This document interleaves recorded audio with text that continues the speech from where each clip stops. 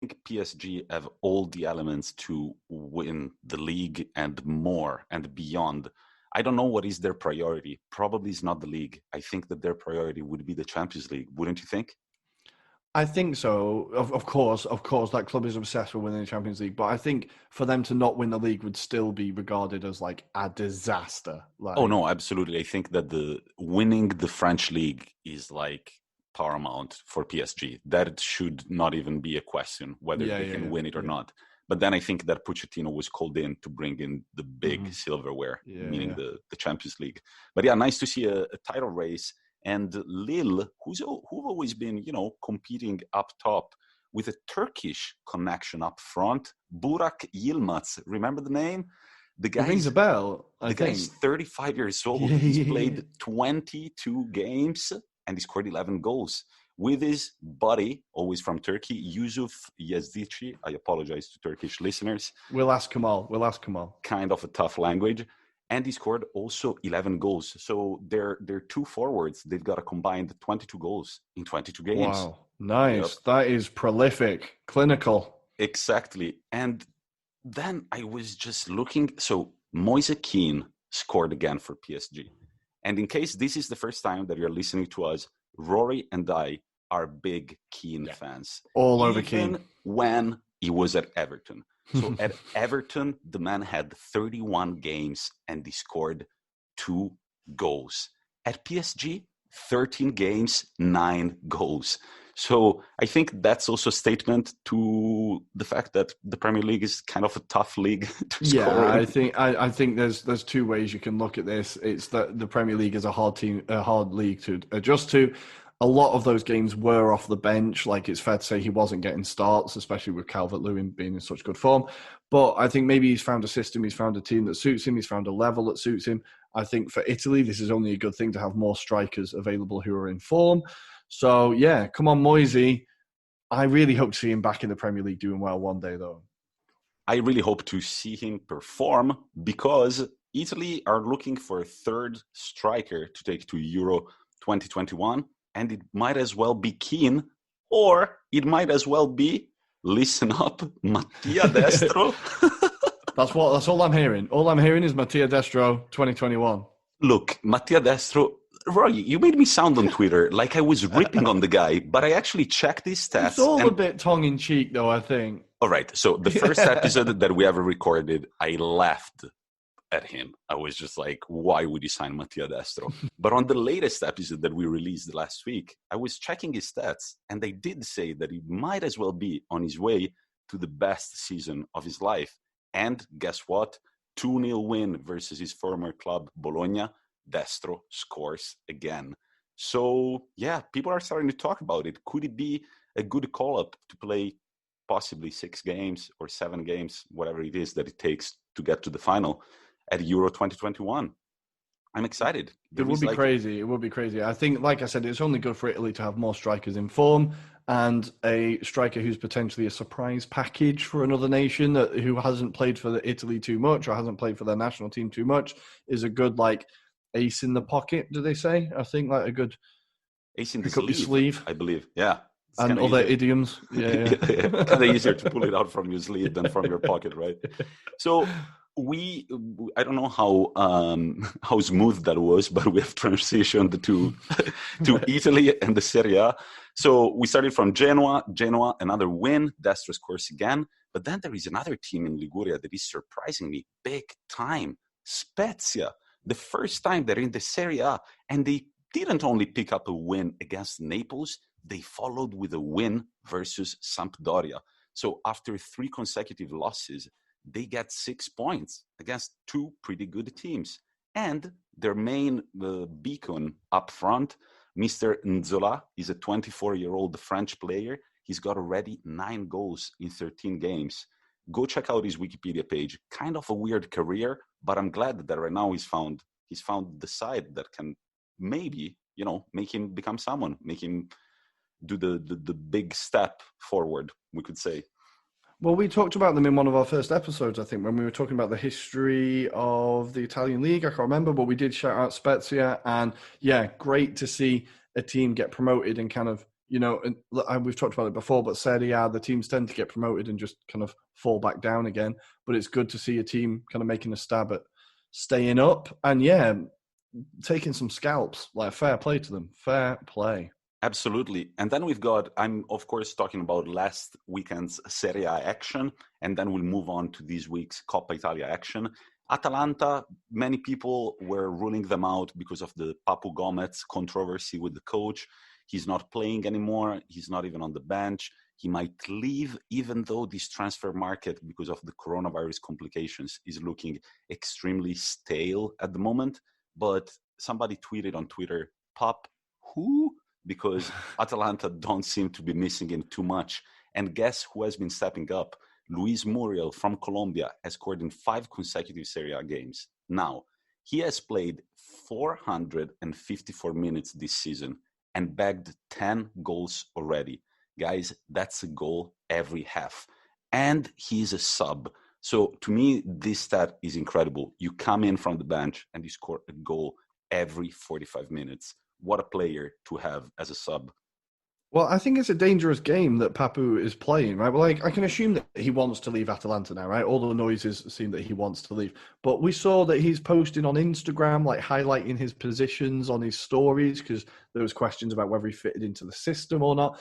And if there's a player there who is so obviously kind of doing the job when you're not there, I think it's quite a dangerous game to play. Like you said, no teams are really spending any money in the transfer window so far, for obvious reasons. So maybe he could end up stuck there for 6 months, just wasting his career, not being played, because we don't know who's in the wrong, who's in the right, if either of them are, but it seems like a dangerous game. Yeah. I thought it was kind of ridiculous and a bit over the top that he posted on Instagram a series on his Instagram stories. He posted a series of plays where he shows the position he's playing in, because Gasperini said in a press conference that he wasn't doing something for the team. He wasn't really playing for the team. And the guy proceeded to post clips of different games to show his followers that Gasperini was wrong. Dangerous game. I agree with you. I can't help but imagine, like, the atmosphere. Can you imagine, like, you're working with your boss, which you're working with your boss.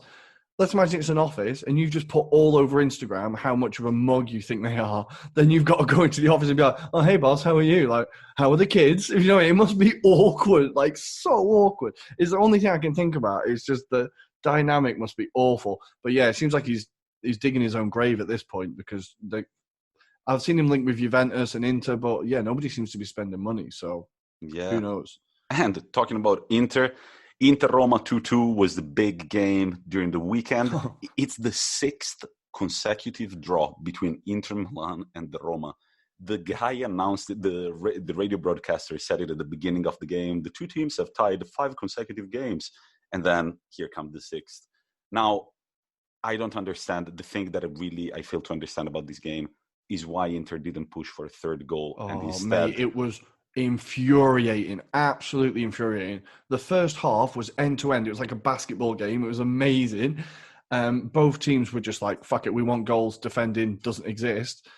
Roma, really nice goal from Veretout, I think it was at the beginning, right? Was it Veretout who scored? I think it was Veretout. It was Pellegrini. Pellegrini was a really nice goal. And then Inter, second half, pull back to 2-1, and you're thinking, right, okay, Inter, you've done it, you're in the driving seat, just go. And then Conte makes 2 of the weirdest substitutions, Tommy. Like, what do you think of that? I couldn't believe what he was doing. I really didn't understand, like, why would you bring in Kolarov like 10 minutes from the end? The guy hasn't played since the beginning of the season. Just, like, keep the team as they are and, like, make changes that don't revolutionize the lineup. You know, like, it's not even the lineup, it was the formation. Like, yeah, exactly. The formation I meant, you know, like, why would you change the shape of your team 10 minutes towards the end when you're clearly dominating the game? Because Inter, there was a moment when you could have gotten a third, a fourth, a fifth. Mm-hmm. But of course, it would have always been a third, right? Because the third and the third and the third again. And then I started getting this feeling, like, I see the subs, I see Kolarov coming in, I see Gagliardini coming in. I'm just like, oh man, what's going on? He took off Hakimi, right? Who is obviously the biggest threat of the game, right? So you're taking off your quickest player for your slowest, to bring on your slowest player, which was just bizarre. It was really bizarre. I didn't understand what was going on. And then you kind of get the feeling, you see the team like dropping back and you're just like, guess who's in dire straits now? And then Mancini shoots on target, Andanovic saves, corner kick, beautiful play by VR. If I can do a little, can I do a little peek at what we're going to do? Yeah. So there are a lot of things that are coming up, but starting from February 1st, we're going to shed the light on every episode on one player that has impressed us in the Serie A or in the Premier League. And I was thinking about VR for Roma to be my The guy was unreal. The guy was unreal. A little Cesc Fabregas. That's what he reminded me of. Yeah, right. And then it was also Coppa Italia week. Really quickly, can somebody explain me why is this tournament so freaking overlooked? Why are you playing games at 3 p.m. on a Wednesday? And then I got a notification on my phone saying the Inter game kicked off. I was like, wait, what? I was at work. I was like, what's going on? I know this sounds embarrassing because we have a football podcast and everything, but I was working yesterday, right? And I had a student while the Inter game was on, and the kid kept looking at his phone, and I was like, I'm sorry, Matteo, can you please put your phone away for a second? And he was like, but Inter are playing. I was like, what? And then, of course, I pulled out my phone too and we did the lesson, kind of both like checking the score and everything. So I don't really understand. How do you expect clubs to perform at their best and feel strongly about a competition, this CC Europa League, when it's so poorly organized? I do not get that. You travel to, right now there are no fans because of the coronavirus, but tell me, who is going to go in normal times? Who is going to go to a stadium at 3 p.m. on a Wednesday? People are working, right? Yeah.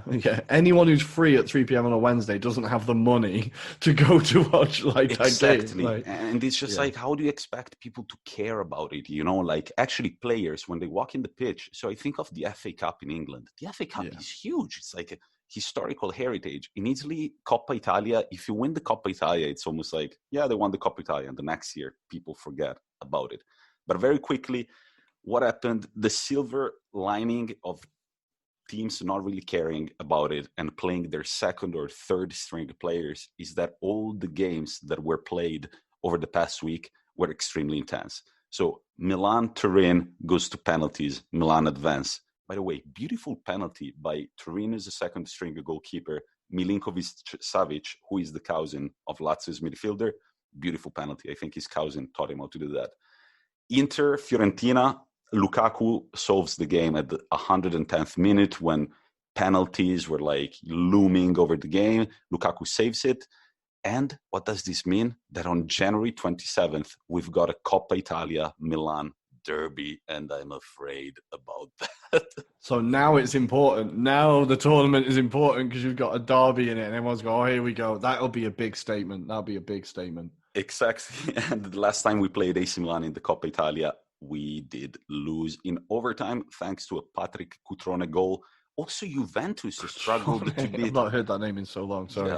Juventus managed to beat Genoa at the 105th minute, 3-2, thanks to a goal by Hamza Rafia, a young Tunisian player for Juventus from the youth ranks that has made it in the first team. And then Napoli beat Empoli 3-2. So these four powerhouses kind of struggling with the smaller teams.